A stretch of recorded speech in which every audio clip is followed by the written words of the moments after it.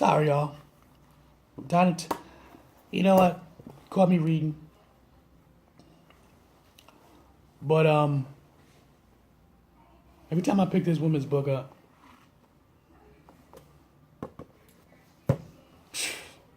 Shahrazad Ali. Download it, y'all. This is part 4. Part 4 is piggybacking off of part 3, and I stopped at cheating. We read the scripture of 1 Corinthians chapter 13, 4 through 8, about the description of love. I'm not going to read that again, so if you want to hear what I was saying or read it, get the Bible and you'll be able to understand where we at. Or you can go to part 3 and 2 and follow that. Before we get into the black man's guide to understand the black woman, the black woman's the black woman's guide to understand the black man, this 4-part series is based on the book of Shahrazad Ali. I'm only kept basically piggybacking off of her work because the book is real good, but I also noticed that a lot of people out there, through my studies, watching, listening, how people truly feel. And before we get into that, I left in part 3 how a lot of people's cheating with their minds. And you are cheating. And you can have an excuse for it. It doesn't mean nothing. But let's pay all due respect to the Father. The sun rises. Good evening. Aman. Assalamu alaikum, brothers and sisters, kings and queens, goddesses and goddesses. Remember, the word God is a title. Please don't take it out of content. Like king is a title. Use it to uplift yourself. When I came on, you see me reading this beautiful book. Beautiful book. Please buy it. Please buy these books. Please. Use it as a guideline. And you can use the Bible as a guideline. Please do. You know, there's scriptures in there can really help you out. Y'all like I got 1 Corinthians chapter 13, verses 4 through 8 that I already read in message 2 and message 3. You understand? So please don't throw away your Bibles. Use them. I got to fix my Bible this one up anyway, but use it. Now, what I was talking about before was that y'all cheat with your mind. You know you do. And a lot of women are shredded. And women, you think men is not shredded, you fooling yourself. There's a lot of men is shredded. When I say shredded, mentally, psychologically, and physically. A lot of you women also abuse men. You think that you don't, but you do. You abuse them. You think, oh, I don't abuse nobody, but you do. You abuse them. And the thing about it is because a lot of men don't talk about that. You don't discuss that, so because a man don't discuss that a lot, so you assume that a lot of men is going around cheating and abusing women. But that goes both ways.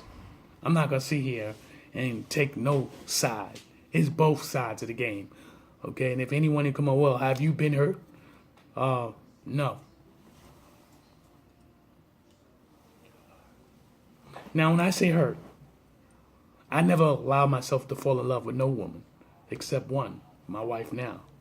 Oh, I've been married. I've been married, and I've dated many, many, many, many women. Am I proud of that? No. I was wild. You know, listen to it. I had no guidance. No proper guidance anyway. You know what I'm saying? I mean, my grandmother was my best friend. My mother and my father, you know, they told me what to do. I had older brothers and sisters like that. But you know what? When you get a certain age, nobody can't tell you nothing. Everything is your choice and what you're going to do. How you going to feel. But you need to take these guidelines from your parents and whoever's your guardian, and take these things in consideration, because this is where the tribe comes in. it comes in play because your tribe is your family. You already know that. Now, some of y'all may not got family. You're going through family problems and these issues that you have. But if you learn anything, the human flesh always wants to control you. You cheat because your flesh wants you to cheat. You cheat because your flesh wants you to cheat.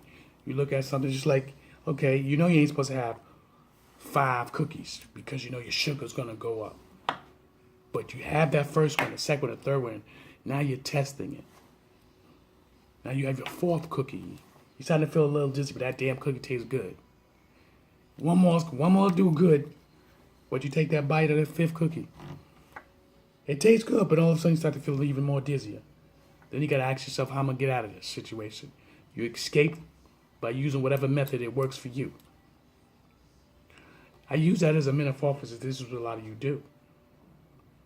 You look at this beautiful woman, men, you look at this beautiful woman, and you sit up there. I don't care if it's in your community. I don't care if it's in your job.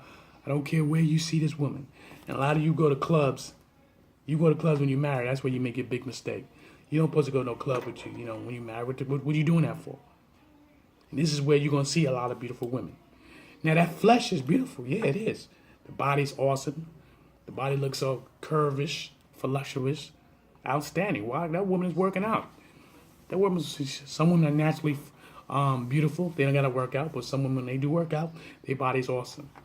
Well, she does that for a reason. It's to attract you. But don't get it twisted.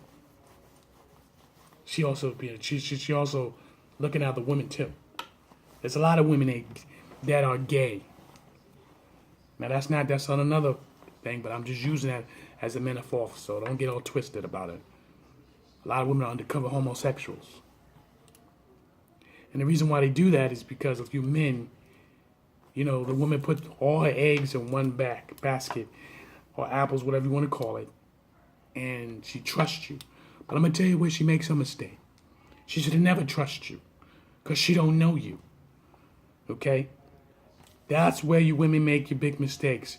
You trusted somebody so quickly and you don't know them. You haven't went through the first parallel. Love, suffering, long suffering. You did not go through that first couple of years with that person.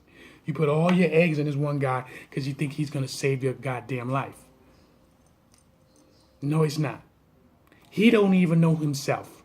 He don't know who he is. Because he was trying to tell you from the beginning, but you wasn't listening. He told you your body is awesome. He told you you are so beautiful. He never, ever really sat down and had a real conversation with you. He did not. His whole conversation was based on your beauty.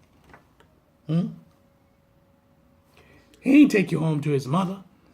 He took you home to his house, or you went to her house, or you took him to your house, because the first thing you said to yourself, this guy looks sexy. Oh my God, he turns me on. I can't control it. I got to have him.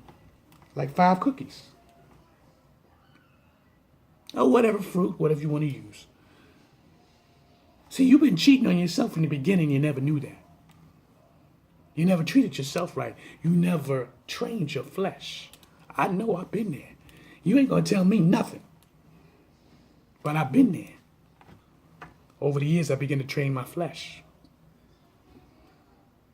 I began to train my flesh over the years and realizing you having sex. You can have all the sex in the world. Guess what happens? You're going to get tired of it. When you get tired of it, you're going to get tired of that person that you're having sex with. I don't care what y'all talking about. I'll never get tired of my woman. No. Yes, you is. Because if you only look at her as sex, if you only see her as sex, you're going to get tired of her. Because you're not looking at nothing else. You're not cooking with her. You're not cleaning with her. You're not doing the laundry with her. Okay? You're not allowing her to lay down and rest. And you do the cooking, the cleaning, the laundry. Okay? You're not taking care of kids with her. Okay? You're not allowing her to rest. Okay? And number 2, if you both got friends, pay attention to me. Because this is the last message on this note. If you both got friends, and you got friends that's constantly talking about sleeping with other people, only when you live in a single life you're supposed to be doing that. You think you can hold on to that friend because you entwined with this friend for many years, but that friend still haven't come around you talking about, yo, look at that other woman, look at that other woman. Or vice versa, look at that man, look at that man, look at that man. They don't respect your marriage. They don't respect your relationship. Because what they're doing is sending messages into your mind. And sooner or later, when the first time you get a heavy argument with your mate, you're going to start looking at other people. You're going to do that because you're going to think the other people's going to solve your problem. And sex is one of them. It's one of the biggest problems you think they're going to solve. Oh, my mate ain't making love to me. We ain't have sex for 3 months. We ain't have sex for 2 months. We ain't have sex for 6 months. That's a bunch of bullshit. Because you can have sex here. I told you this earlier. You can have sex there. But you think sex is based on your flesh.